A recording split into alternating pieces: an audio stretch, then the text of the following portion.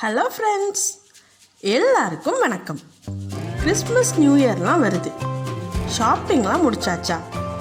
எல்லாரும் ஸ்பெஷலாக என்னெல்லாம் வாங்கியிருக்கீங்கன்னு எனக்கும் சொல்லுங்கள்.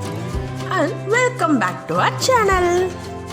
உங்களுக்கு ஹெல்ப்ஃபுல்லாகவும் யூஸ்ஃபுல்லாகவும் இருக்கணும் தான் நாங்களும் ஸ்பெஷல் ஃபெஸ்டிவல் ரெசிபீஸ் எல்லாம் அப்லோட் பண்ணுறோம். வாங்க இன்னைக்கு நம்ம சேனலில் என்ன ஸ்பெஷல் ரெசிபின்னு பார்க்கலாம். சாக்கோ பனியார பிஸ்கெட் சூப்பராக இருக்கும். நல்லா இருக்கும்னு நான் சொல்ல மாட்டேன், நீங்களே ட்ரை பண்ணிவிட்டு எப்படி இருந்துச்சுன்னு சொல்லுவீங்க. செம்ம டிஃப்ரெண்ட்டான ரெசிபி, சூப்பராக ட்ரை பண்ணலாம் வீட்டில்.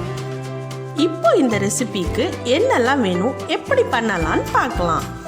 ஃபஸ்ட்டு ஒரு பவுலில் 1 கப் அளவுக்கு கெட்டியான தயிர், 100 கிராம் அளவுக்கு வெண்ணெய், 1 கப் அளவுக்கு பவுடர்ட் சுகர், இது மூணையும் ஒரு விஸ்க் வச்சு நல்லா பீட் பண்ணி விடுங்க. நல்ல பபிள் வர வரைக்கும் பீட் பண்ணணும்.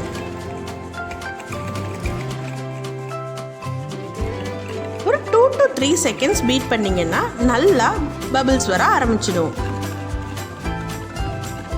இப்போ ஒரு 100 ml ஆயில் ஆட் பண்ணிக்கலாம். நான் நம்ம எப்பொழுதும் யூஸ் பண்ணுற கோகோனட் ஆயில் தான் ஆட் பண்ணியிருக்கேன். இப்போ இந்த ஆயிலும் மிக்ஸ் பண்ணி நல்லா பீட் பண்ணி விடுங்க.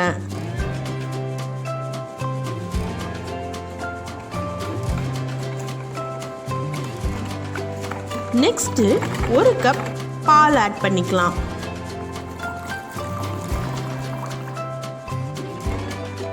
இதையும் எல்லாத்தையும் சேர்த்து நல்லா பீட் பண்ணி விடுங்க.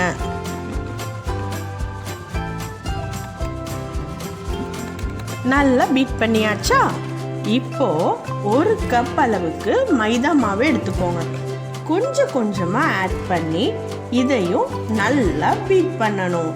மாவு கெட்டியாக விழுந்துடாம நல்லா பீட் பண்ணிக்கோங்க. ஒரு சின்ன கெட்டி கூட இருக்கக்கூடாது. இப்போ கொஞ்சமாக பேக்கிங் பவுடர் 1 ஸ்பூன் அளவுக்கு சேர்த்துக்கலாம்.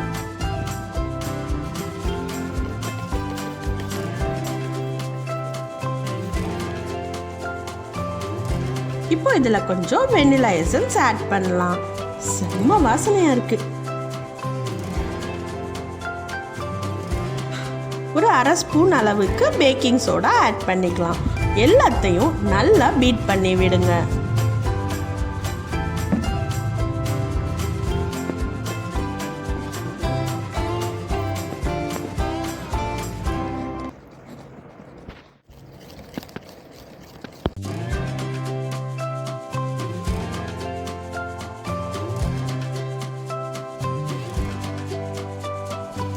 இதிலிருந்து ஒரு 4-5 ஸ்பூன் பேட்டர் எடுத்து தனியாக ஒரு சின்ன பவுலில் வச்சுக்கோங்க. இதில் நம்ம எப்பொழுதும் வீட்டில் யூஸ் பண்ணுற காஃபி பவுடர் 1 ஸ்பூன் ஆட் பண்ணி நல்லா மிக்ஸ் பண்ணிக்கலாம். ப்ரூ, சன்ரைஸ், லெவிஸ்டா உங்கள் வீட்டில் என்ன இருக்கோ அந்த காஃபி பவுடர் யூஸ் பண்ணிக்கலாம். நான் இன்றைக்கி ப்ரூ தான் யூஸ் பண்ணியிருக்கேன். இப்போ எல்லா மாவையும் ஒன்றா ஆட் பண்ணி சேர்த்து வச்சுக்கோங்க.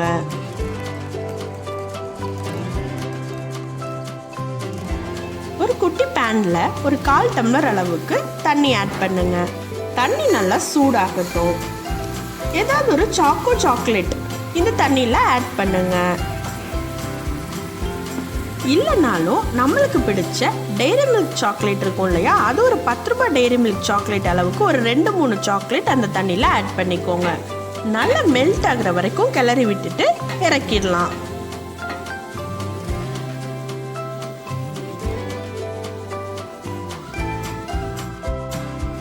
Set ready. செம்மையா ரெடி பண்ணியாச்சு.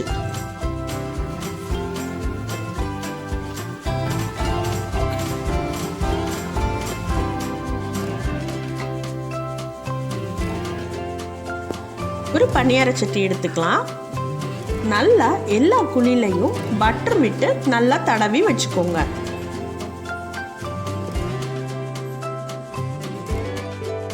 இப்போ ஸ்டவ் ஆன் பண்ணிட்டு நம்ம எப்பொழுதும் யூஸ் பண்ணுற தோசை தவாவை வச்சு ஹீட் பண்ணுங்க. அதுக்கு மேலே இந்த பட்டர் தடவுன பனியார சட்டியை வைக்கணும். பனியார சட்டி ஹீட் ஆனதும் ஸ்டவ்வை லோ ஃப்ளேமுக்கு மாற்றிடுங்க. ஸ்டவ் இனிமேல் லோ ஃப்ளேம்லையே இருக்கட்டும். இப்போ நம்ம வச்சிருக்க பேட்டரை அந்த மாவு எடுத்து கொஞ்சம் கொஞ்சமாக குழியில் விடுங்க. பாதி குழிக்கு மாவு இருந்தால் போதும், ஃபுல்லாக ஊற்றி ரொப்பிடாதீங்க.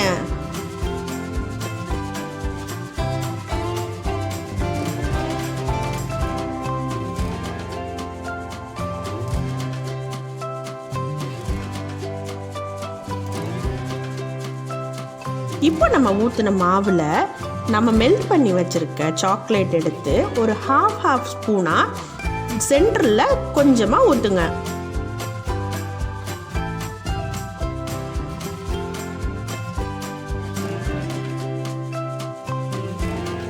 அவ்வளோதான். இப்போ ஒரு லிட்டு போட்டு நல்லா பணியார சட்டியை க்ளோஸ் பண்ணிடலாம். ஞாபகத்தில் இருக்கட்டும், ஸ்டவ் லோ ஃப்ளேமில் இருக்கணும். இப்போ ஒரு சைட் நல்லா வேகட்டும், வெயிட் பண்ணலாம்.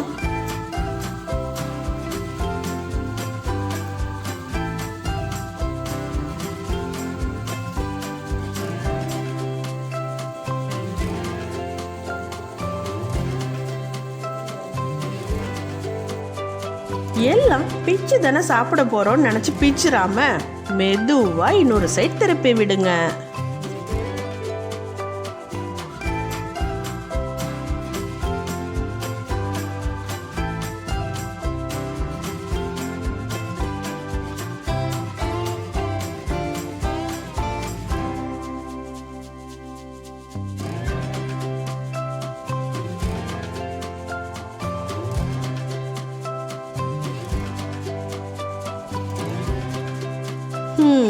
இந்த சைடும் வேகட்டும்.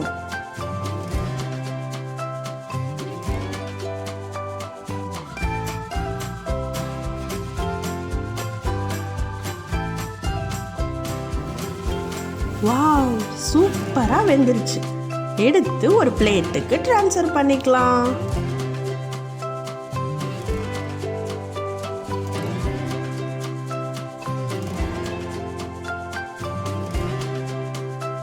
கொஞ்சம் ஆறட்டும், அப்பதான் கிறிஸ்பியா வரும்.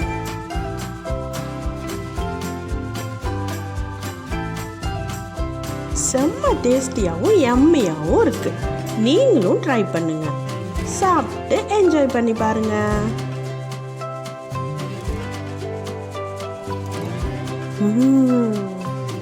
இந்த யாரும் பார்க்கும் முன்னே இந்த எல்லா பிஸ்கட்டையும் நானே சாப்பிட்றணும். நம்ம சேனல் பிடிச்சிருந்தா லைக் பண்ணுங்க, ஷேர் பண்ணுங்க அண்ட் சப்ஸ்கிரைப் பண்ணுங்க. இன்னொரு இன்ட்ரெஸ்டிங்கான கான்செப்ட்ல நான் உங்களை மீட் பண்றேன். அது வரைக்கும் பாய்.